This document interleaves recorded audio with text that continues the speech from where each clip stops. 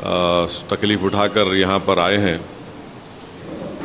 आपको ये बताना ज़रूरी समझता हूँ और मुझे यकीन है कि आपके ज़रिए से पूरी जनता को, आवाम को ये बात मालूम होगी कि हैदराबाद दारुस्सलाम में 19 अप्रैल के दिन शाम में 7 बजे से 10 बजे तक all India Muslim personal law board की जानिब से वक्फ अमेंडमेंट बिल 2025 के ख़िलाफ़ एक प्रोटेस्ट मीटिंग, पब्लिक मीटिंग रखी जा रही है और जिसकी सदारत all India Muslim personal law board के सदर मौलाना खालिद सैफुल्लाह रहमानी साहब करेंगे।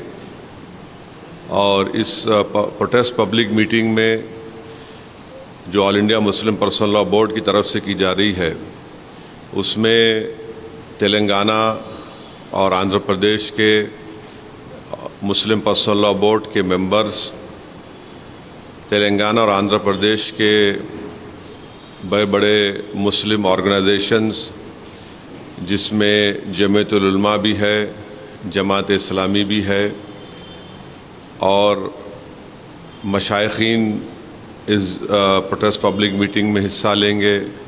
उलमा इकराम इस पब्लिक मीटिंग में हिस्सा भी लेंगे और अपनी स्पीचेस और अपने खिताबात के ज़रिए आवाम को बताएंगे कैसा ये वक्फ अमेंडमेंट बिल वक्फ के मुफाद में नहीं है।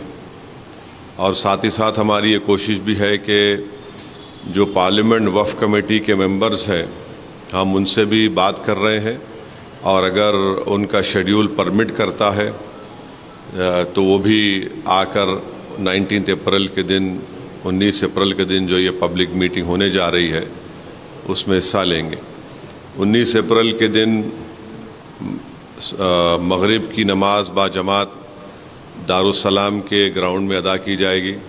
उस जमात उस नमाज में जनाब रिजवान कुरैशी साहब जो ख़तीब और इमाम मक्का मस्जिद है, नमाज मगरिब पढ़ाएंगे और उसके बाद उनकी क़िरत से ही जलसे का आगाज़ होगा। तो ये एक अहम इत्तला मैं आपको बताना ज़रूरी समझता हूँ। और दूसरी बात यह है कि आप जानते हैं कि वक्फ अमेंडमेंट बिल जो नरेंद्र मोदी की सरकार ने लाया है वो अनकॉन्स्टिट्यूशनल है। वो हमारे भारत के आइन के आर्टिकल 14 का, आर्टिकल 15 का, आर्टिकल 25, आर्टिकल 26 और आर्टिकल 29 का एक ग्रेव वायलेशन है। और हम ये समझते हैं कि ये वक्फ अमेंडमेंट बिल वक्फ की प्रॉपर्टीज़ को बचाने के लिए नहीं लाया जा रहा है। वक्फ की प्रॉपर्टीज़ पर जो एंक्रोचमेंट हो चुका है उन एंक्रोचर्स को हटाने के लिए नहीं लाया जा रहा है। वक्फ प्रॉपर्टीज़ की रेवेन्यू या आमदनी में इजाफ़ा करने के लिए नहीं लाया जा रहा है। ना ही ये मुसलमानों के मुफाद में है, बल्कि ये तमाम अमेंडमेंट्स जो किए गए हैं बीजेपी और एनडीए के सपोर्टिंग पार्टीज़, चाहे वो टीडीपी हो, जेडीयू की नीतीश कुमार हो, चंद्राबाबू नायडू हो, चिराग पासवान हो, जयंत चौधरी हो, मांझी साहब हो या फिर कुमारास्वामी हो, तो इनकी सपोर्ट से बीजेपी ने एक काले क़ानून को बनाया है। और ये इस बात को बताता है कि मुसलमानों पर बीजेपी उनको शक की निगाहों से देखती है। और इसलिए देखती है क्योंकि हिंदू धर्म के एंडोमेंट बोर्ड में, जैन धर्म के एंडोमेंट बोर्ड में, सिख धर्म के एंडोमेंट बोर्ड में यहाँ पर सिर्फ उन्हीं के मज़हब का मानने वाला उसका मेंबर बन सकता है। इन धर्म के बोर्डों में लिमिटेशन एक्ट अप्लाई नहीं होता। इन धर्मों में बाय यूसेज वो उस धर्म की प्रॉपर्टी बन सकती है और इन धर्म के बोर्डों में दूसरे धर्म के मानने वाला भी उनको अपनी प्रॉपर्टी दे सकता है। ये तमाम चीज़ें इस अमेंडमेंट बिल के ज़रिए नरेंद्र मोदी की सरकार ने मुसलमानों के इस धर्म के बोझ से छीन ली हैं। हम हमारे इस देश के हिंदू भाइयों को ये बताना चाहेंगे, सिख भाइयों को बताना चाहेंगे और हमारे जैन भाइयों को बताना चाहेंगे कि जब आप अपने धर्म के बोर्ड में सिर्फ अपने ही धर्म के मानने वालों को मेंबर बना सकते हैं और दूसरे धर्म का नहीं बन सकता है, तो कैसे मुस्लिम धर्म का ये वक्फ बोर्ड, जो एक प्योर रिलीजियस इंस्टीट्यूशन है वक्फ बोर्ड, उसमें कैसे मोदी सरकार दूसरे धर्म के लोगों को मैंडेटरी 2 लोगों को बनाने का एक प्रोविज़न रखती है। और जब आपके पास लिमिटेशन एक्ट अप्लाई नहीं होता है, जिसके ज़रिए से अगर हिंदू एंडोमेंट बोर्ड की प्रॉपर्टी पर, जैन धर्म की प्रॉपर्टी के ऊपर, गुरुद्वारा प्रबंधक कमेटी के प्रॉपर्टी के ऊपर अगर कोई नाजायज़ कब्ज़ा करता है तो उसको आप कभी भी निकाल सकते हैं। वो मुस्लिम धर्म के एंडोमेंट बोर्ड पर लिमिटेशन एक्ट अप्लाई करके नरेंद्र मोदी की सरकार एंक्रोचर को मालिक बनाना चाह रही है एडवर्स पोजेशन की बुनियाद पर। और फिर आर्टिकल 26 के तहत हर रिलीजियस डिनोमिनेशन को अपने रिलीजियस चैरिटेबल ऑर्गेनाइजेशन बनाने का इख्तियार मिलता है, उसको एडमिनिस्टर करने का इख्तियार मिलता है और मूवेबल और इमूवेबल प्रॉपर्टीज़ को हासिल करने का इख्तियार मिलता है। ये मुसलमानों से छीना जा रहा है। और आपको मैं बार बार समझा रहा हूँ कि इस मुस्लिम धर्म के इस बोर्ड में जो अमेंडमेंट्स नरेंद्र मोदी की सरकार ने और चंद्रबाबू नायडू, नीतीश कुमार, चिराग पासवान, जयंत चौधरी, मांझी साहब ने और कुमारस्वामी ने किया है, उसमें सेक्शन 3D आप पढ़िए।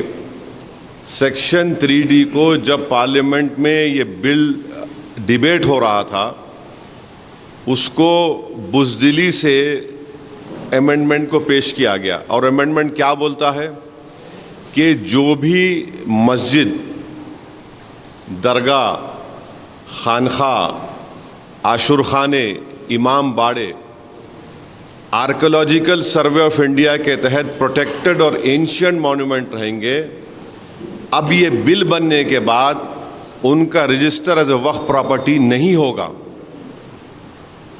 अब आप मेरे को बताइए, सच्चर कमेटी में 180 प्रॉपर्टीज़ जो सच्चर कमेटी ने, आप उसके लास्ट पेजेस देखिए, आखिरी के 8-10 पेजेस में 180 प्रॉपर्टी सच्चर कमेटी ने कहा कि एएसआई के इलीगल ऑक्यूपेशन में है। इस सेक्शन 3D के तहत हम उस 180 प्रॉपर्टीज़ को खो देंगे, जिसमें मस्जिद भी है, खानखाएँ भी हैं, कब्रस्तान भी है, दरगाहें भी हैं, सब है। अब इसका इफेक्ट ये भी होगा कि संभल की मस्जिद अब वक्फ की प्रॉपर्टी नहीं रहेगी। मैं डायरेक्ट चैलेंज कर रहा हूं भारत के प्रधानमंत्री को कि आप, मेरा सवाल आपसे है, आप जब अमेंडमेंट ये ला चुके हैं, कानून बना चुके, तो क्या संभल की मस्जिद अब वक्फ की प्रॉपर्टी रहेगी? क्या ज्ञानवापी की मस्जिद वक्फ की प्रॉपर्टी कहलाएगी? क्या मथुरा की मस्जिद वक्फ की प्रॉपर्टी कहलाएगी? जितने भारत में एएसआई प्रोटेक्टेड एंशिएंट मॉन्यूमेंट्स है, उसके एक्ट के तहत उसको बोलते ASMR एक्ट, जिसमें हमारे शिया भाइयों के इमाम बाड़े भी हैं, आशुरखाने भी हैं, दरगाहें भी हैं। अब आप बताइए, इससे वक्फ को छीन नहीं रहे आप? और झूठा प्रोपेगेंडा बीजेपी करी, नहीं कुछ नुकसान नहीं होगा। फिर सेक्शन 2 पढ़ो उसका आप। सेक्शन 2 में लिखा गया कि इस एक्ट से पहले जो ट्रस्ट थे जिनका मकसद वक्फ की तरह हो, और इस एक्ट के बाद जो ट्रस्ट हैं जिनका मकसद वक्फ की तरह, वो ट्रस्ट में रहेंगे। वो क्यों लाया गया? वो इसलिए लाया गया, अमित शाह पार्लियामेंट में बोले कि हम ये सेक्शन 2 को इसलिए लाए क्योंकि हमारे बोरा मुस्लिम भाइयों को इससे फ़ायदा हो सके। वो भी उनको धोखा दिए बोरा मुस्लिम भाइयों को, उस प्रोविज़न में बोरा का जिक्र ही नहीं है। ये इसलिए लाया गया क्योंकि भारत का जो सबसे दौलतमंद आदमी है, जो खोजा यतीम खाने को खरीद कर अपना आलीशान बंगला तामीर किया, इस सेक्शन 2 से सबसे पहला फायदा उस शख्स को होगा, सबसे पहला फायदा उसको होने वाला है। दूसरा, इस बिल में यह कहा गया कि अगर वक्फ बाय, बीजेपी प्रोपेगेंडा कर रही है, नहीं वक्फ बाय यूजर नहीं है, वक्फ बाय यूजर है, परेशान मत हो, क्यों हो रहे हैं, ओवैसी झूठ बोल रहा है। देखिए, हिंदू धर्म में by usage, temple by usage, math by usage उस धर्म की प्रॉपर्टी बन जाती है।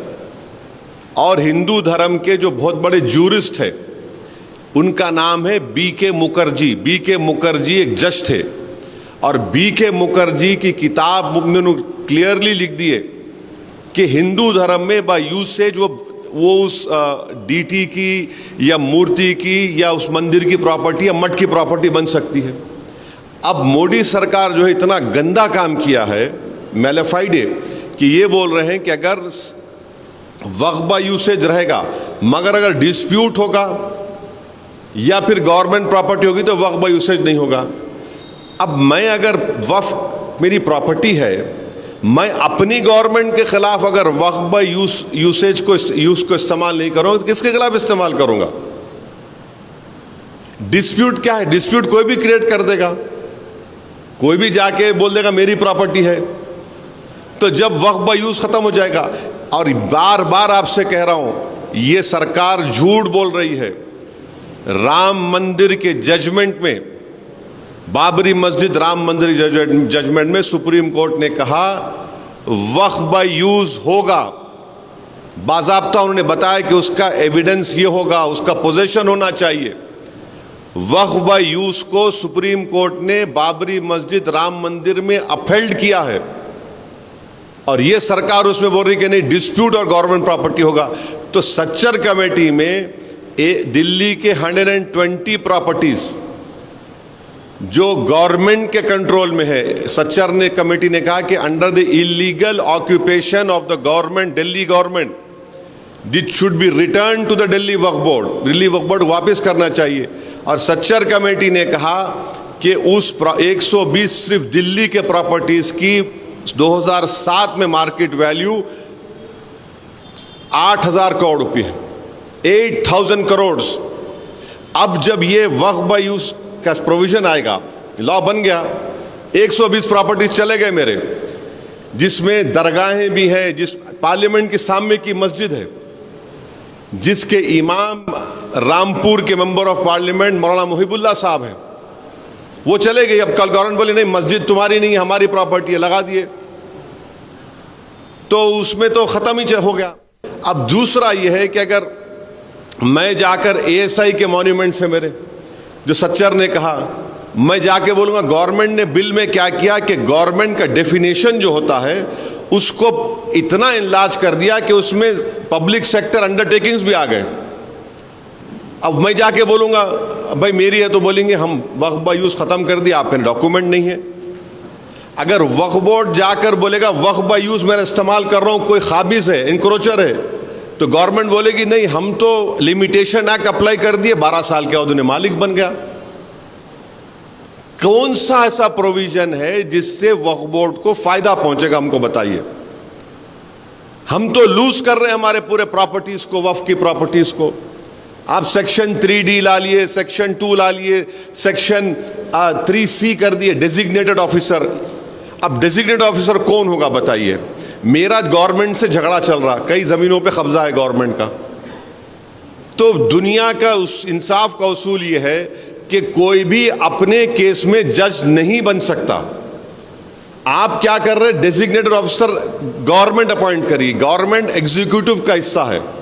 हमारे देश में, वतन अजीज में, theory of separation of powers हमारे कॉन्स्टिट्यूशन के बेसिक स्ट्रक्चर का हिस्सा है कि कोई भी अपने केस में जज नहीं बन सकता। डेजिग्नेटेड ऑफिसर गवर्नमेंट नॉमिनेट करेगी, वो किसके हक में फैसला करेगा? वो अगर आप ईमानदार थे तो आप बोलना था कि अगर ऐसे झगड़े होंगे तो कोर्ट तय करेगा, आप कोर्ट को भी निकाल दिए डेजिग्नेटेड ऑफिसर। यानी हर एतबार से मुसलमान अपनी जायदादों को खोने जाएंगे। किरण रिजिजू का कल वीडियो देखा मैं, इतना झूठ बोल रहे, वो कुछ नहीं होगा। अरे आप कानून बना के छोड़ रहे हैं सेक्शन 3C के तहत अब तो उत्तर प्रदेश में तो उन्हें छीनना चाह रहे। उत्तर प्रदेश में 91% of Sunni Waqf board property जो है वो वक्फ बाय यूज की है, पूरे गायब हो जाएंगे। सेक्शन 3D के तहत क्या संभल की मस्जिद वक्फ की प्रॉपर्टी है या नहीं है, बताओ? सिंपल क्वेश्चन कर रहा हूं मैं। तो ये सब इसलिए लाया जा रहा है ताकि मुसलमानों के रिलीजियस प्रॉपर्टीज को और उस धर्म के जो प्रॉपर्टीज है उसको उनसे छीन लिया जाए। और अफसोस की बात यह है कि चंद्राबाबू नायडू की सरकार तिरुमला तिरुपति देवस्थानम में एम्प्लॉयज जो नॉन हिंदू है उनको निकाल रही है। तिरुमला तिरुपति देवस्थानम का एक्ट ये कहता है कि जो टीटीडी का मेंबर होगा वो हिंदू धर्म का होना चाहिए। बोर्ड में आप एम्प्लॉयज को निकाल रहे हैं हिंदू नहीं है बोल के, और यहां पर आप मोदी के अनकॉन्स्टिट्यूशनल ब्लैक लॉ की सपोर्ट करके कह रहे हैं कि मुस्लिम धर्म के बोर्ड में आप नॉन मुस्लिम को रखेंगे। देखिए कितनी हिपोक्रेसी है चंद्रबाबू नायडू की। एम्प्लॉयज का जिक्र नहीं है, टीटीडी के मेंबर्स, उनका कमिश्नर, और बार बार बोलते हैं कि नहीं वक्फ की प्रॉपर्टी पे कब्जा हो रहा। तो 2014 में मुख्तार अब्बास नकवी ने, जब उस वक्त के मिनिस्ट्री ऑफ माइनॉरिटी अफेयर्स थे, उन्होंने एंक्रोचमेंट निकालने का बिल पेश किया था, illegal occupants on Waqf property. क्यों इस सरकार ने उस बिल को वापस ले लिया? क्यों लिया आपने वापस? आप उसको रखते, उसमें ऐड करते, अपनी ईमानदारी को दिखाते। अच्छा, आपको जानकर एक और तकलीफ होगी कि कलेक्टर अगर किसी मुतवल्ली को कोई ऑर्डर देगा कि आप ये काम करिए और मुतवल्ली नहीं सुनता तो कलेक्टर उसको 6 महीने की सजा दे सकता। अगर कलेक्टर किसी मुतवल्ली को बोलेगा कि तुम नमाज में अज़ान नहीं देना, मेरा ऑर्डर है, मैं बोल रहा हूं आपको, आप बोलेंगे ऐसा कैसा कर सकते, ऐसा हो सकता, हो रहा है, तो मुतवल्ली जेल को चले जाएगा। कलेक्टर वेरीफाई करने के बाद ही कोई प्रॉपर्टी वक्फ में जा सकती। ये कैसा होगा? तो वक्फ बोर्ड को आप तो पोस्ट ऑफिस बना के रख दिए। वक्फ board has become a post office, कि वक्फ बोर्ड को इख्तियार ही नहीं है। अच्छा, अब इस कानून बनने के बाद 6 महीने के अंदर, विद इन 6 मंथ्स, आपको पूरे प्रॉपर्टीज को पोर्टल पर रजिस्टर करना पड़ेगा। इंडियन ट्रस्ट एक्ट पढ़ लो आप, उसमें प्रोविजन है ही नहीं पोर्टल का। हिंदू धर्म में नहीं है, एंडोमेंट बोर्ड में, गुरुद्वारा प्रबंधक कमेटी में नहीं है। क्यों आप यहां पर कर रहे हैं? इसलिए कर रहे हैं कि जब आप पोर्टल पर रजिस्टर करने जाएंगे, मिसाल के तौर पे हमारे शौकत साहब सीनियर फोटोग्राफर हैं, ईश्वर रेड्डी साहब भी है। अब शौकत साहब एग्जाम कोई प्रॉपर्टी को रजिस्टर करने जा रहे हैं पोर्टल के ऊपर कि भाई ये वक्फ है, तो फौरन कोई भी रोड चलता आदमी बोलेगा नहीं नहीं शौकत की प्रॉपर्टी नहीं है, रजिस्टर नहीं होना। अब होता क्या, इस बिल में पढ़ो, कलेक्टर अगर शौकत की प्रॉपर्टी के खिलाफ मिसाल के तौर पे इंक्वायरी ऑर्डर कर दिया, जैसा इंक्वायरी ऑर्डर कर रहा वो वक्फ प्रॉपर्टी नहीं रहेंगी। It will not be a Waqf property till the completion of inquiry. अब इंक्वायरी कंप्लीट करने का कोई टाइम लिमिट ही नहीं है, तो कलेक्टर साहब क्या करेंगे? इंक्वायरी ऑर्डर कर दिए, बैठे आराम से बैठे रहो, मैं तो वक्फ प्रॉपर्टी लूज कर दिया। क्या इस तरह का प्रोविजन हिंदू धर्म के एंडोमेंट बोर्ड में नहीं है? क्या इस तरह का प्रोविजन गुरुद्वारा प्रबंधक कमेटी में नहीं है? जैन धर्म में है? नहीं है। यहां पर क्यों लाए फिर आप?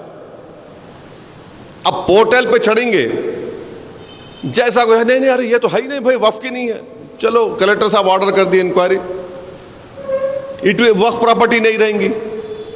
कोई भी ऑब्जेक्शन डाल सकता है जाके। सेक्शन 3C पढ़ो आप, एनी पर्सन, अरे कौन होगा भाई, कुछ तो रहना, लोकल स्टैंड है, कुछ नहीं, डालो। तो जितने इसके जो 48 या 49 अमेंडमेंट्स है, ये कोई इसका वक्फ से ताल्लुक नहीं है। और इन्होंने एक प्रोविजन क्रिएट कर दिए कि अगर किसी को वक्फ से निकल के ट्रस्ट बनाना है तो ट्रस्ट बना लो। कहाँ इसका फायदा होने वाला है वक्फ बोर्ड को? और मिनिस्ट्री ऑफ माइनॉरिटी अफेयर्स का एक वेबसाइट पे जाओ आप लोग, कौमी तरक्याती स्कीम है 22-23 में, मेरे ख्याल से अगर गलत मेरा मेमोरी सही है तो कुछ 17 करोड़ अलॉकेट हुए, 3 करोड़ रिलीज करे, 1 करोड़ खर्चा नहीं हुआ उसमें। इसमें कौन आके, मैं आके रोका था? 10 साल से आप सरकार में है ना, ये स्कीम 10 साल से आप क्या खर्चा करें बताओ? तो ये अच्छा, फिर ये बोल रहे कि हम 2 महिलाओं को मेंबर बना रहे। इतना झूठ बोलते हैं लोग। 95 एक्ट में आप पढ़ो, स्टेट वक्फ बोर्ड में और सेंट्रल वक्फ काउंसिल में, उसमें क्या लिखा हुआ है? अंग्रेजी का वर्ड लिखा हुआ है, एटलीस्ट 2 वुमेन, एटलीस्ट 2 वुमेन, और वो मुस्लिम होना चाहिए, नंबर 1। इन्हों क्या कर दिए? शेल बी 2, माने यहां वहां पर पहले क्या था? कम से कम 2 से बढ़ भी सकते थे, इन्हों 2 कर दिए खाली। फिर उसमें आप क्या कर रहे? सेंट्रल वक्फ काउंसिल में 22 मेंबर्स हैं, जिसमें से 11 नॉन मुस्लिम बना सकती सरकार। स्टेट वक्फ बोर्ड में 11 मेंबर होंगे, जिसमें से 7 नॉन मुस्लिम को बना सकते और 4 मुसलमान रहेंगे। अब इलेक्शन नहीं होगा स्टेट वक्फ बोर्ड का, एमपी कैटेगरी का इलेक्शन होता था, एमएलए का, बार काउंसिल का, मुतवल्ली का। गवर्नमेंट नॉमिनेट करेंगी। अब जब गवर्नमेंट नॉमिनेट करेंगी, क्यों करेंगे? प्रोविजन क्यों लेके आए? जब नॉमिनेट करेंगे तो वक्फ बाय यूज है, कोई काबिज है, समझे आप? तो गवर्नमेंट जब बोलेंगे नहीं ये वक्फ बाय यूज खत्म हो गया, ये गवर्नमेंट प्रॉपर्टी हो गई, एनक्रोचर मालिक बन गया, गवर्नमेंट जब कलेक्टर फैसला लेंगे तो ये वक्फ बोर्ड सब खाली गूंगे अंधे बन के जी हुजूर बोलेंगे। नॉमिनेट ये लोग करेंगे ना, नॉमिनेट को ऐसे लोगों को नहीं करेंगे जो ईमानदारी से काम करेंगे, जो उनको थाली बजाएंगे, जो उनके सामने लेट जाएंगे, उनको ही बनाएंगे ना।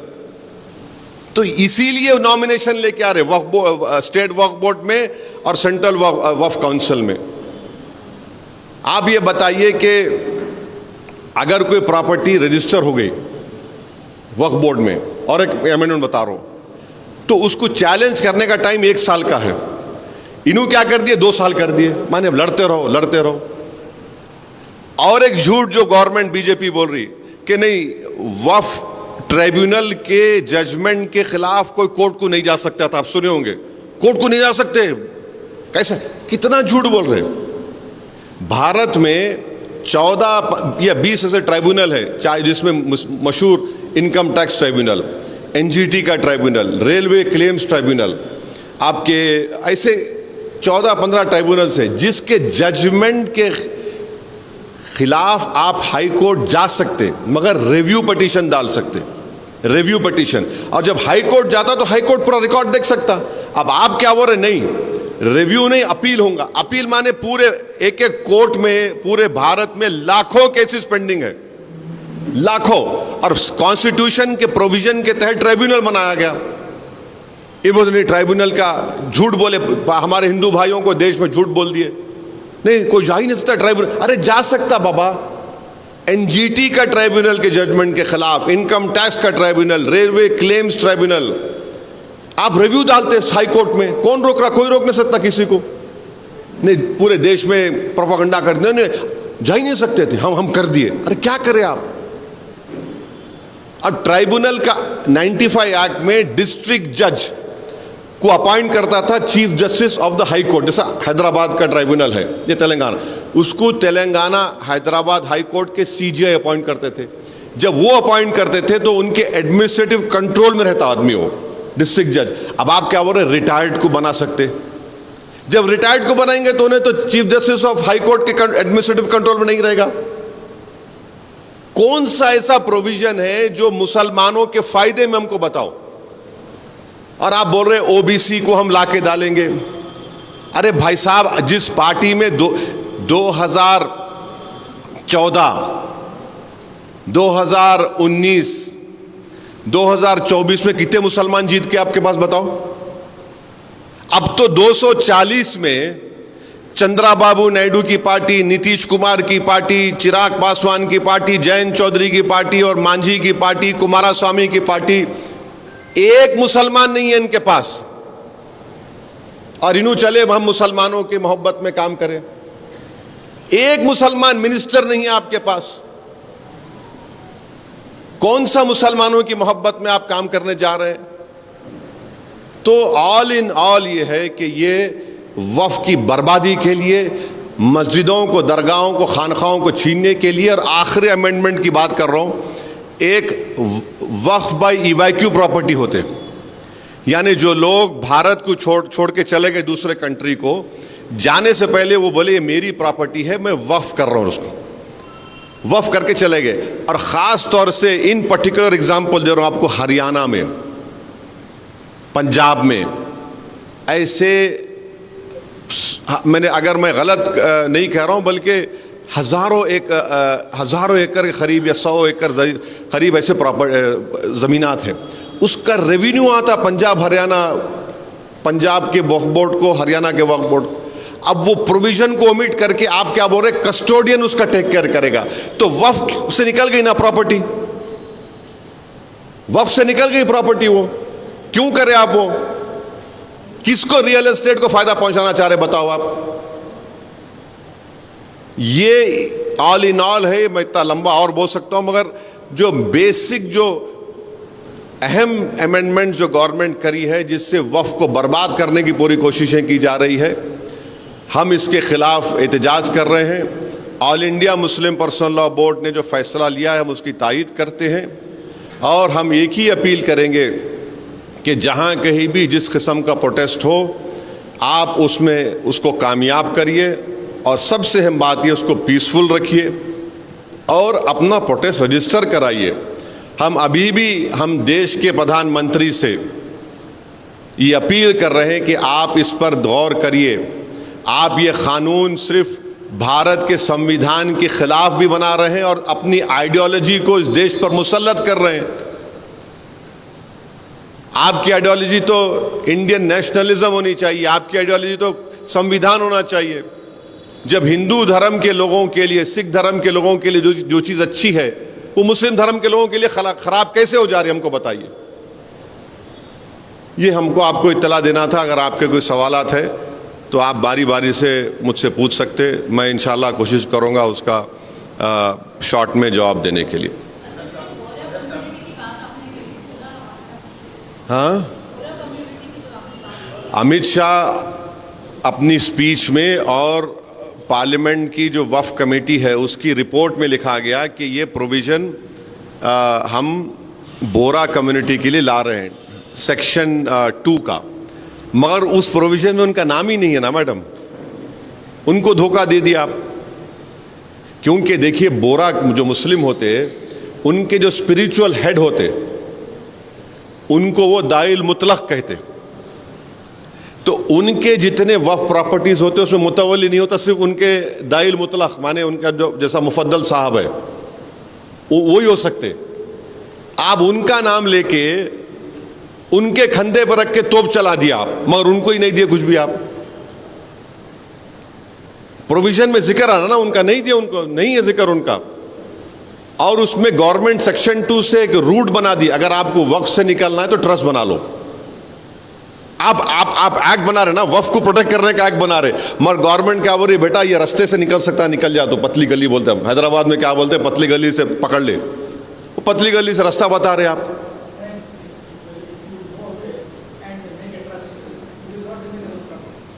They are saying if you create a trust now, you can come out of waqf. अब आप बताइए, is this in the interest of waqf? आप पूरा बाजा बजा रहे हिंदू भाइयों में जाके, और हम ऐसा कर दिए। अरे तुम रास्ता बता रहे निकलने का, तुम कैसा रास्ता बनाते हैं ट्रस्ट का? एक मिनट, आप पूछिए ईश्वर क्या कहा? देखिए, मैं वेस्ट बंगाल गवर्नमेंट का स्पोक्स पर्सन नहीं हूँ ईश्वर रेड्डी साहब, अनफॉर्चुनेटली। नहीं, मैं किसी गवर्नमेंट का भी स्पोक्स पर्सन नहीं हूँ।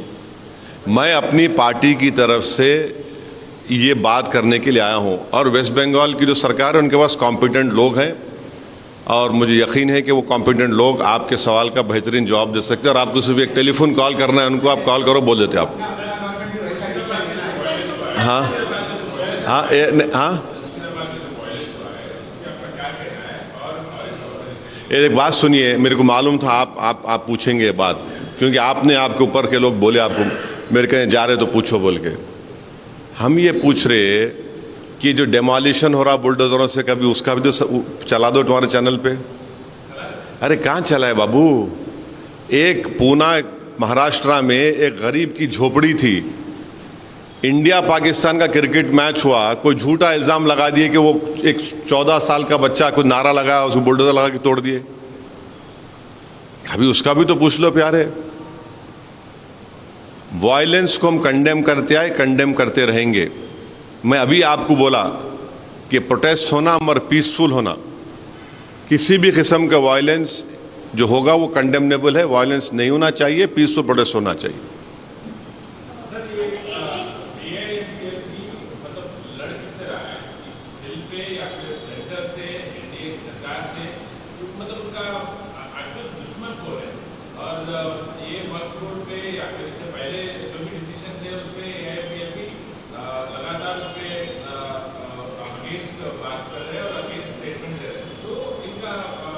नहीं, तुम्हारा जरा मैं समझ में नहीं आता, अंग्रेजी में पूछ लो मेरे से, अच्छा रहता, मैं क्लैरिटी से बोल सकता हूँ। वरना नहीं, तुम जो बोल रहे ना डबल मीनिंग आ रहा उसमें, तो तुम जरा इंग्लिश में पूछ लो, क्लैरिटी से पूछ लो, मैं बोलता हूँ।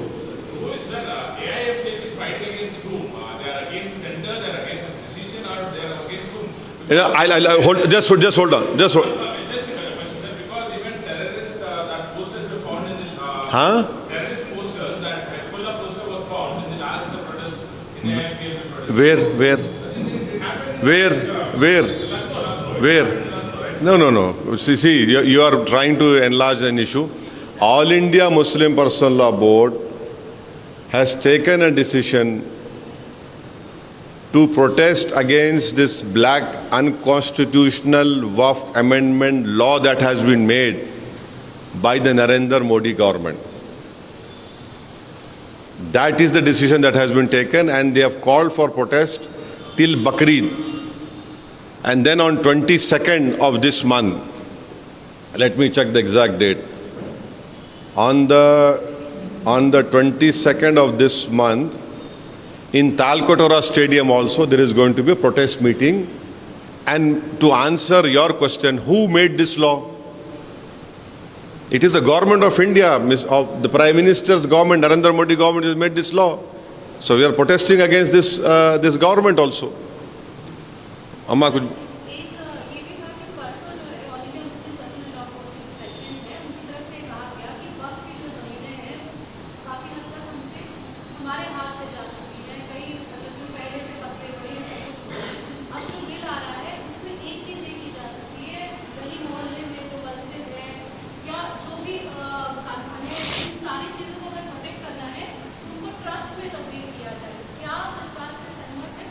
नहीं, मैं अपनी बात कर रहा हूँ।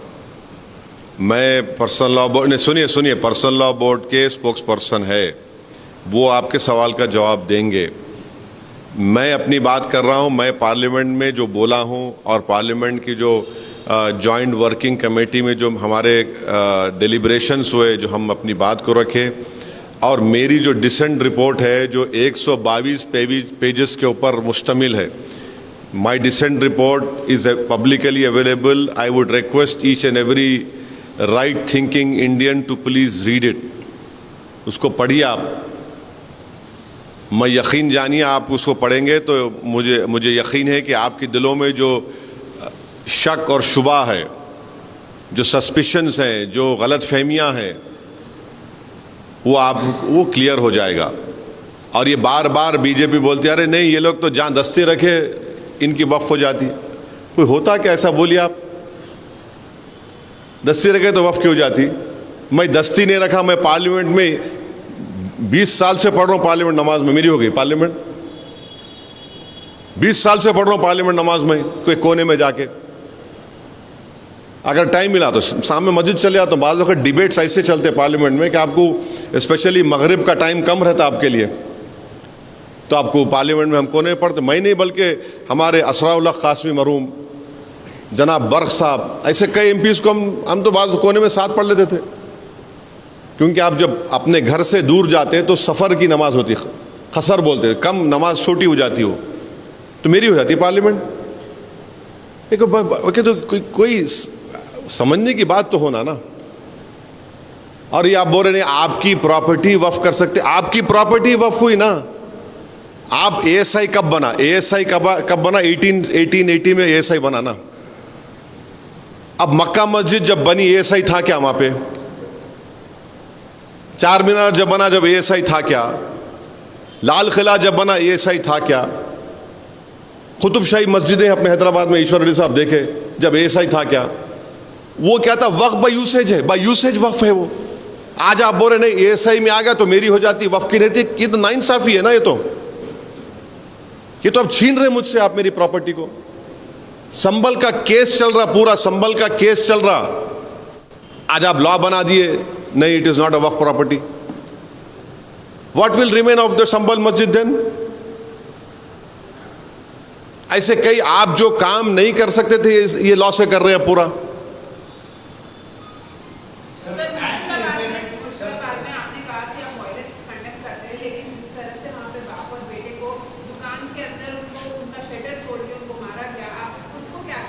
मैडम, चाहे पीलू खान हो, इखलाक हो, अतीक अहमद हो, मुख्तार अंसारी की मौत हो, चाहे कहीं भी मॉब लिंचिंग होती हो, चाहे मुर्शिदाबाद के उस बाप बेटे को मारा गया हो, और फिर एक पुलिस फायरिंग के आप क्यों नहीं बोल रहे एक मुसलमान मरा, उसमें आप बोलो ना, पूरा बोलो ना मैडम।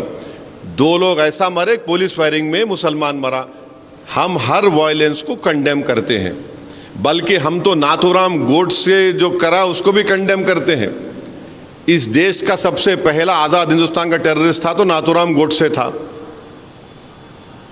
और इस देश में पिछले 10 साल में तो 11 साल में तो मुसलमानों के खिलाफ नफरत को इंस्टीट्यूशनलाइज कर दिया गया है, इंस्टीट्यूशनलाइज कर दिया गया है।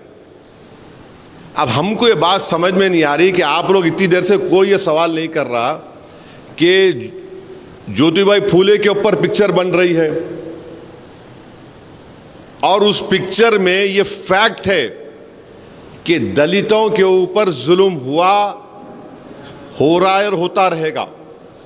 उस जमाने में ज्योतिबाई फूले और सावित्रीबाई फूले जब अपनी तहरीक का आगाज किए थे तो उस जमाने में दलित जो है अपने इस सीने के सामने एक क्ले पॉट को लगा के और अपनी पीठ के पीछे एक झाड़ू को लगा के, चाहे जब वो चलता था तो अपर कास्ट के लोग जो थे वो ये बोलते थे कि तू हमारी जमीन पर नहीं चला ना, थूकना, तो उन्हें थूकता था बेचारा तो अपने उस क्ले पॉट में, और पैरों के खदमों को अपनी झाड़ू से साफ करता था। उस सीन को निकालो, बोल रही गवर्नमेंट ऑफ इंडिया ये। यानी नरेंद्र मोदी हर पिक्चर को प्रमोट करते, क्यों नहीं पिक्चर को प्रमोट कर रहे ज्योतिबाई फूले के पिक्चर को? हिस्टोरिकल फैक्ट है ना ये कि अपर कास्ट के लोग उस जमाने के दलितों को बोलते तुम हमारी बस्ती में आ रहे तो अपने गले में क्ले पॉट रखो और पीछे झाड़ू लगा के, ताकि तुम्हारे कदमों के निशान मिटते जाए और तुम थूकना है तो उसमें थूको। ये फैक्ट है, ये कौन डिनाई कर सकता? नरेंद्र मोदी पिक्चर प्रमोट कर रहे ना, कौन से पिक्चरों को प्रमोट करें? ये पिक्चर को प्रमोट करो। क्यों सीबीएफसी बोल रही कि निकालो ये सीन, निकालो वो सीन, निकालो वो सीन निकालो? क्योंकि अपर कास्ट के लोगों को तकलीफ हो रही। ये कौन सा इंसाफ है बताइए आप? हम पूरे अपर कास्ट को नहीं बोल रहे, उस जमाने में जो अपर कास्ट के लोगों ने किया हम उसको बोल रहे हैं, वो फैक्ट है ना। आप उसका सवाल ही नहीं कर रहे। ये फैक्ट है, ये भी देख लो आप जरा।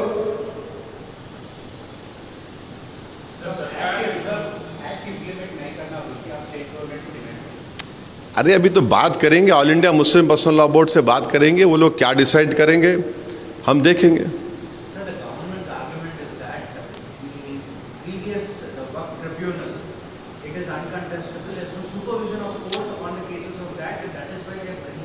Please understand, this government believes in theory of confusion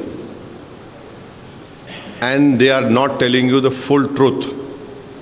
The full truth is that there are many tribunals in our country which are formed under an article of the Constitution, and any of the decisions or judgments that a tribunal has been gives, you file a review petition in the High Court, right? you don't file an appeal. But this government has deliberately told, especially to the majority Hindu community, that this Waqf board decision cannot be challenged in court. Review itself is a challenge, isn't it? आप review डाल रहे तो क्या आपको high court नहीं जा रहे आप? अच्छा, इनकी झूठ की मिसाल एक और देख लो आप। गुजरात का एक मिसाल देते हैं लोग, सूरत का। सूरत में क्या बोलते हैं? सूरत का म्युनिसिपल कॉरपोरेशन को वक्फ बोर्ड ने वक्फ प्रॉपर्टी डिक्लेयर कर दिया। वक्फ बोर्ड बोला कि वो मुगल सराय है, मगर ये जब ट्राइब्यूनल में गया तो ट्राइब्यूनल बोला ये वक्फ प्रॉपर्टी नहीं है। तारीफ करो ना बॉस। वहां वक्फ बोर्ड, गुजरात का वक्फ ट्राइब्यूनल ने कहा कि वक्फ प्रॉपर्टी नहीं है ये, तो ट्राइब्यूनल का जजमेंट को आपको तकलीफ नहीं हो रही। जब यानी आपके फेवर में आया तो अच्छा, आपके खिलाफ गया तो बुरा। तो आप किस तरह की जुडिशरी चाह रहे हैं?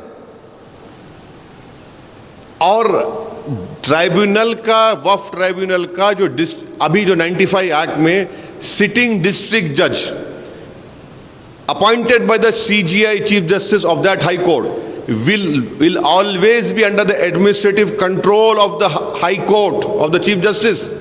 Now you are saying retired judge, can he be under the administrative control of the chief justice of that particular state high court? No, because he's a retired judge.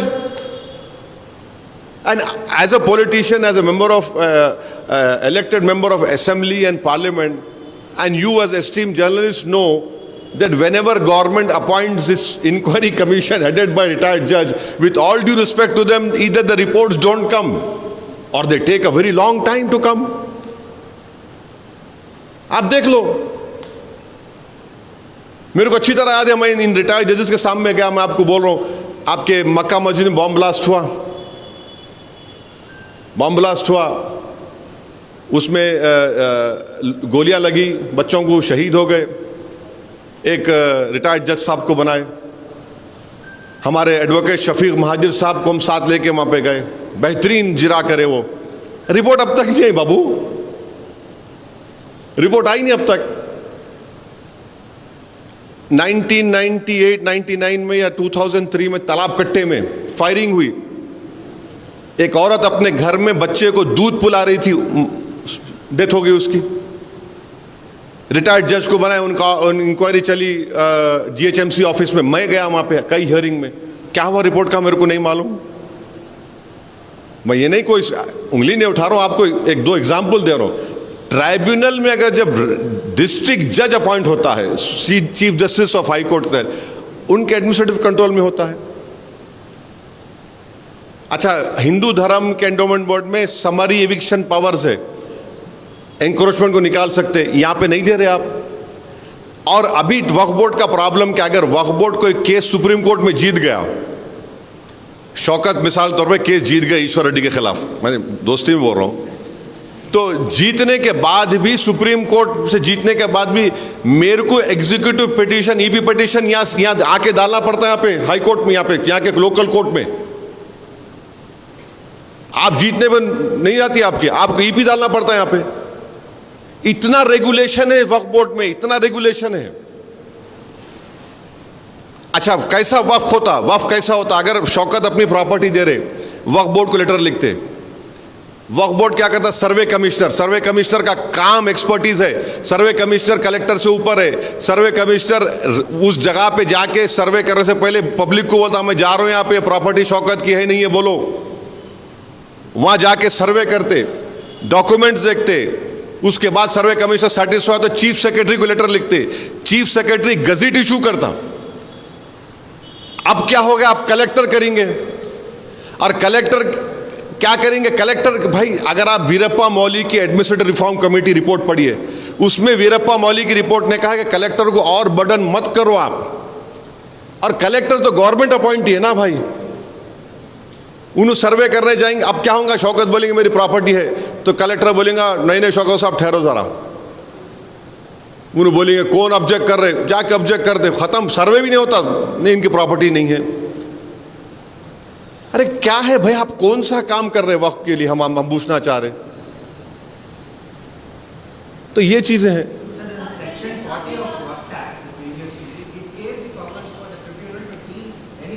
No. You listen to me. Section 40, I'll tell you the truth. You should go and read the answers given by the Ministry of Minority Affairs to the Waqf Parliament Committee. In last 30 years, Section 40 has been used in only 500 odd cases. And out of that 500 odd cases, only 8 people have gone to the court. अगर 30 साल में 500 odd cases में section 40 इस्तेमाल हुआ, जो CO के powers है, और सेक्शन 40 तमिलनाडु के हिंदू एंडोमेंट बोर्ड में भी है, तेलंगाना हिंदू एंडोमेंट बोर्ड में भी, आंध्रा हिंदू एंडोमेंट बोर्ड में भी है। जब वहां पे अच्छा है तो यहां खराब कैसा हो गया प्यारे? अच्छा क्यों खराब हुआ बोलता हूं आपको मैं। अब आप सुनो, सेक्शन 40 के तहत जब भारत के सबसे दौलतमंद आदमी ने खोजा ऑर्फनेज की वक्फ प्रॉपर्टी को खरीद लिया, तो महाराष्ट्र स्टेट वक्फ बोर्ड के 2 सीओज ने 2 सीओज लेटर लिख के बोले कि ये वक्फ की प्रॉपर्टी है, वक्फ कैन नॉट बी एलियनेटेड, तो उनका ट्रांसफर कर दिया उन्होंने। इसीलिए सेक्शन 40 निकाल रहे। पार्लियामेंट कमेटी को आंसर दिए, आई कैन प्रूव इट, मैं लाना था आपको बता। 30 साल में 500 बार या 500 ऑड बार सेक्शन 40 इस्तेमाल हुआ, उसमें से सिर्फ 8 लोग कोर्ट को गए उसके खिलाफ, वो कामयाब है नहीं। अच्छा सेक्शन 40 क्यों जरूरी है? मुसलमानों में वक्फ वाल औलाद होता, वक्फ वाल औलाद यानी अगर कोई मेरी वक्फ की प्रॉपर्टी है, मैं बोलता हूं कि वक्फ का मतलब क्या है? मैं अल्लाह को मालिक बना रहा हूं, ऑलमाइटी अल्लाह, यानी हिंदू बोलते हैं मैं भगवान को दान दे रहा हूं या डीटी को दान दे रहा हूं। मैं ये बोलता हूं कि मालिक तो अल्लाह रहेगा, मगर इसका जो बेनिफिशियरी आएगा वो मेरे बच्चों में डिस्ट्रीब्यूट होना। वक्फ वाल औलाद है, हैदराबाद में बहुत है। तो अब गवर्नमेंट क्या बोल रही है? नहीं, वक्फ वाल औलाद उस वक्त नहीं होगा जब अगर आप बच्ची का हक मान रहे, मार के दे रहे, बच्ची का हक मार के दे रहे। अरे भाई, अगर कोई हिंदू, कोई सिख, कोई जैन, कोई मुसलमान भगवान अल्लाह मूर्ति के नाम पे या गुरु नानक के नाम पे, किसी गुरु के नाम पे अपनी प्रॉपर्टी को दे रहा है, उसमें बेटा बेटी का दोस्त का क्या मामला आ रहा? मैं दे रहा हूं ना भाई, मैं दे रहा हूं, उनको दे रहा हूं, मैं अल्लाह को दे रहा हूं, मैं भगवान को दे रहा हूं, मैं ईश्वर को दे रहा हूं, उसमें बेटा बेटी कैसे आएंगे? हम भारत के प्रधानमंत्री से पूछना चाह रहे हैं, अगर प्राइम मिनिस्टर केयर्स फंड को कोई अपनी प्रॉपर्टी दे रहा, तो क्या उसमें बोल रहे बेटियों को हिस्सा मार के नहीं देना बोल के?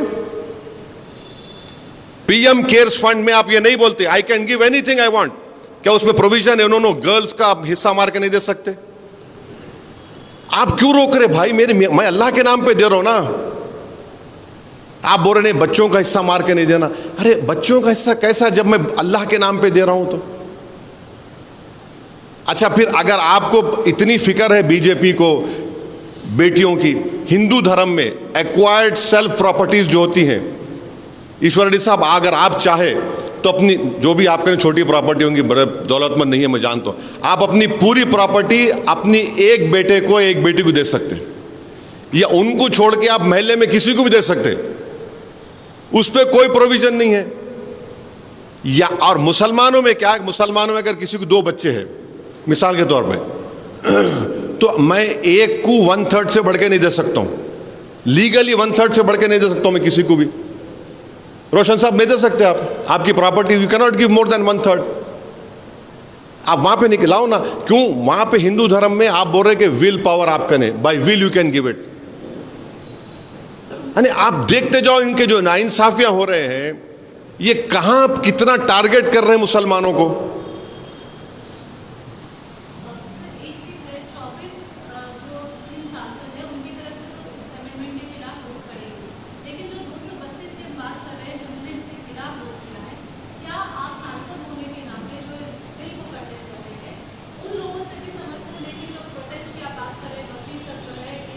नहीं मैडम, देखिए वो लोग तो पार्टी विप की बुनियाद पे और पार्टी डिसीजन की बुनियाद पे अपना फैसला लिए ना, तो उनको नहीं हम तो आज भी बोल रहे हैं कि आप जो काम करें गलत काम करें। चंद्रबाबू नायडू जो है, चंद्रबाबू नायडू मैं समझता था कि बहुत हिस्ट्री के अच्छे स्टूडेंट हैं। मैं 94 से 2004 तक एमएलए था, ईश्वर रेड्डी साहब के बाल काले थे, शौकत साहब के बाल काले थे, मेरे भी बाल काले थे। जब 1999 में चंद्रबाबू नायडू कुलाटी मार के, सेकेंड टाइम कुलाटी मार के अटल बिहारी वाजपेयी को सपोर्ट करे। 2002 गुजरात हुआ। ईश्वर रेड्डी साहब आप मेरे को करेक्ट करना, नहीं 100 टन चावल लेके बोले मेरे को 100 टन चावल मिले, बोले नहीं बोले? आप देख लो, हजरत गूगल पे जाके देखो आप। 2002 में गुजरात को में सपोर्ट करे जब बीजेपी को। 2004 से लेके 2014 तक चंद्रबाबू नायडू पावर में नहीं थे। अब चंद्रबाबू नायडू ऐसा रॉन्ग डिसीजन लेके अपने बेटे लोकेश का फ्यूचर परेशान कर दिए। वो उन्होंने तो 70 के 76 के हो गए ना आप। हाँ 70 और 75। अरे वो बच्चे का फ्यूचर है ना बाबू साहब। आप गलती करें 10 साल, अच्छा डिवीजन ऑफ तेलंगाना आंध्रा के बाद ही पावर में आए ना आप। अगर डिवीजन नहीं होता तो आप आते ही नहीं थे। तो इतनी बड़ी गलती कर दी है। नीतीश कुमार, बिहार का एंडोमेंट बोर्ड जाके देखो आप, 1950 का एंडोमेंट बोर्ड का कानून है, उसमें क्या बोल रहे, खाली हिंदू मेंबर बन सकता। अच्छा, कॉन्स्टिट्यूशन में आर्टिकल 25 में हिंदू के डेफिनेशन में हिंदू है, सिख है, बौद्ध है, जैन है। बिहार में आग क्या बोल रहा, ओनली हिंदू, यानी सिख भी नहीं बन सकता उसमें। हमारे हिंदू भाइयों को हम बोल रहे कि भाई जब आपके लिए अच्छा है तो हमारे लिए बुरा क्यों है? ठीक है, आप असदुद्दीन ओवैसी से नफरत करो, रोज गाली दो मेरे को उठ के, रोज SMS करके गाली दो, मेरी फोटो को देख के थूक लो, आप जो करते करो, मगर ये तो समझो आपको ऊपर वाला भगवान अल्लाह आपको दिमाग दिया ना, सोचो आप ये। आखिर ये नाइंसाफी नहीं है, डिस्क्रिमिनेशन नहीं है, तो फिर क्या है बोलिए आप? ये सौतेला सुलूक है हमारे से।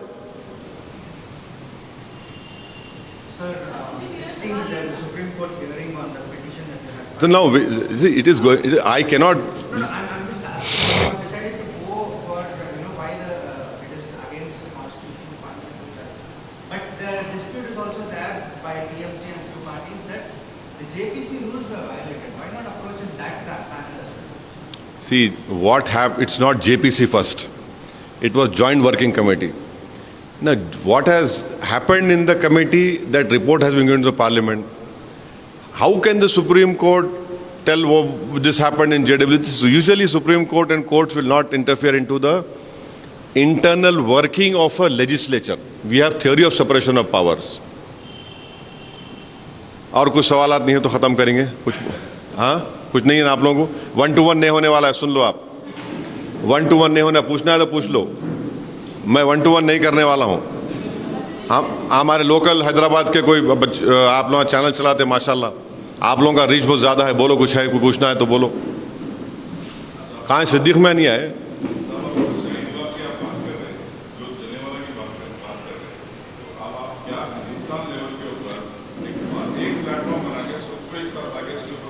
देखिए एक platform all India Muslim personal law board, जिसमें हर मकतब फ़िक्र के, हर मसलक के लोग, ज़िम्मेदार लोग उसके मेंबर हैं। यहाँ पर 1.5 ईंट की दीवार उठाना है, मस्जिद बनाने का चक्कर नहीं है। All India Muslim personal law board हमारे लिए एक मुअज़्ज़ज़ ऑर्गेनाइजेशन है और उनका जो फ़ैसले हुआ है हम उस फैसले की तायद करना चाहिए। और आप एहतजाज को पुरअमन रखिए और कोशिश ये करिए कि हमारे हिंदू धर्म के भाइयों को, उन बहनों को, सिख हमारे भाई बहन को, जैन भाई बहनों को हम ये बताएं कि जब आपके लिए अच्छा है तो हमारे लिए बुरा कैसे हो सकता है। बोलो भाई। हाँ, अब देखिए, अब तो शरबत जिहाद हो रहा है। लव जिहाद से शुरू हुआ, ज़मीन जिहाद हो गया, अब शरबत जिहाद हो रहा है। जॉब जिहाद था। अरे क्या है रे भाई, मीठा है वो, पीते पियो, नको नको पियो। अब उसको भी नहीं, शरबत जिहाद। अरे क्या है भाई ये, कहाँ नहीं, आप कितनी नफरत पैदा करेंगे मुसलमानों के खिलाफ। अरे आपको अपना प्रोडक्ट बेचना है, बेचो, मगर उसमें जिहाद क्यों लेके आ रहे भाई उसमें आप? अरे कैसा होगा ऐसा अगर आप इस मुल्क को ऐसा चलाएंगे? विकसित भारत हम बनना चाह रहे, हम भी बनना चाह रहे विकसित भारत। विकसित भारत ऐसा बनेंगे जिस देश की 18 करोड़ आबादी को इस तरह जलील और रुस्वा करके, उनके ईमान पर हमला करके, उनकी मस्जिदों को छीनने कर, कैसा विकसित भारत बनेगा? हम कैसा चीन से मुकाबला करेंगे? और टैरिफ का तो देखो आप, मैं टैरिफ का सबसे पहले आदमी था, टैरिफ के बारे में बोला था। अभी टैरिफ का देखो तमाशे होने वाले हैं, कितना परेशानी होने वाली डेयरी इंडस्ट्री को देखो आप। अब वो बायलैटरल एग्रीमेंट होगा, सितंबर तक पहला उसका होगा, अल्लाह को मालूम क्या क्या होने वाला है।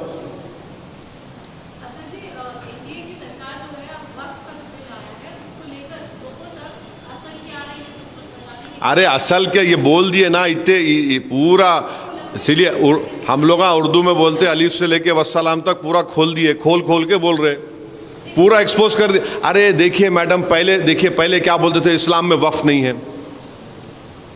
अरे कुरान में इन्फाक के ऊपर मेरे ख्याल से 70 ज़्यादा आयतें हैं, प्रॉफेट मोहम्मद सल्लल्लाहु अलैहि वसल्लम की हदीस हैं। अरे कोई पार्लियामेंट में एक बीजेपी के मेंबर खड़े को बोले ये मुस्लिम कंट्री में वक्फ नहीं है, ये मुस्लिम कंट्री में वक्फ नहीं है, उसमें नहीं है। सबसे पहली बात तो यह है कि भारत की तुलना आप उनसे क्यों कर रहे हैं? आपको उनसे उतनी मोहब्बत क्यों हो गई? भारत एक डेमोक्रेसी है, यहाँ पर अंबेडकर का दिया हुआ संविधान है, और जिस कंट्रीज का नाम ले रहे झूठ इतना, वहाँ भी वक्फ है। मैं आप लोगों की इत्तला के लिए बता रहा हूँ, हमारे बर्ख भी बैठे हुए हैं, आप नजफ करबला गए ना, अब आप, मैं झूठ बोल रहा हूँ तो मेरे को झूठ है बोल देना, क्या वहाँ पर पानी के कुएं नहीं है हज़रत अली के वक्फ किए हुए? 1400 साल पुराने हज़रत अली जब खलीफा थे, खलीफतुर राशिदीन थे, हज़रत अली मुर्तज़ा जो खलीफा थे, उन्होंने वक्फ करे कुओं को पानी के, अब तक है, अब तक है। सिंगापुर में वक्फ है, मालूम आपको? सिंगापुर, मलेशिया छोड़ो, सिंगापुर में वक्फ है, टर्की में है, मोराको में है, कहाँ नहीं है? नहीं, वो मोहम्मद गौरी आया था। अरे इस्लाम प्रॉफिट मोहम्मद सल्लल्लाहु अलैहि वसल्लम से हम सीखे, मोहम्मद गौरी से नहीं सीखे हम। नहीं वो नुला, अरे इस्लाम में है, वो एसेंशियल रिलीजियस प्रैक्टिस है मुसलमानों के लिए। अब उन्होंने आया था, आप देखो कैसा कंफ्यूजन है। अमित शाह प्रॉफिट मोहम्मद की का जिक्र करे सल्लल्लाहु अलैहि वसल्लम का, उनके पार्टी के लोग दूसरी बात बोल रहे हैं। उन्हें बोलने के बाद एक उनका टॉप मोस्ट लीडर कोई बात बोला तो कम से कम उस पर तो कायम रहना ना, उस पर भी कायम नहीं है। उनकी स्पीच के बाद उनके कई लोग सुन रहा था एमपीज को, उनके खिलाफ ही बोल रहे हैं, अमित शाह को वो लोग कॉन्ट्रडिक्ट कर दिए। आप स्पीचेस पढ़ो उन लोगों के। माने ये अगर इस तरह की नफरत आप में है मुसलमानों के ताल्लुक से, तो फिर आप अपनी कॉन्स्टिट्यूशनल ड्यूटी को नहीं निभा पाएंगे। Thank you.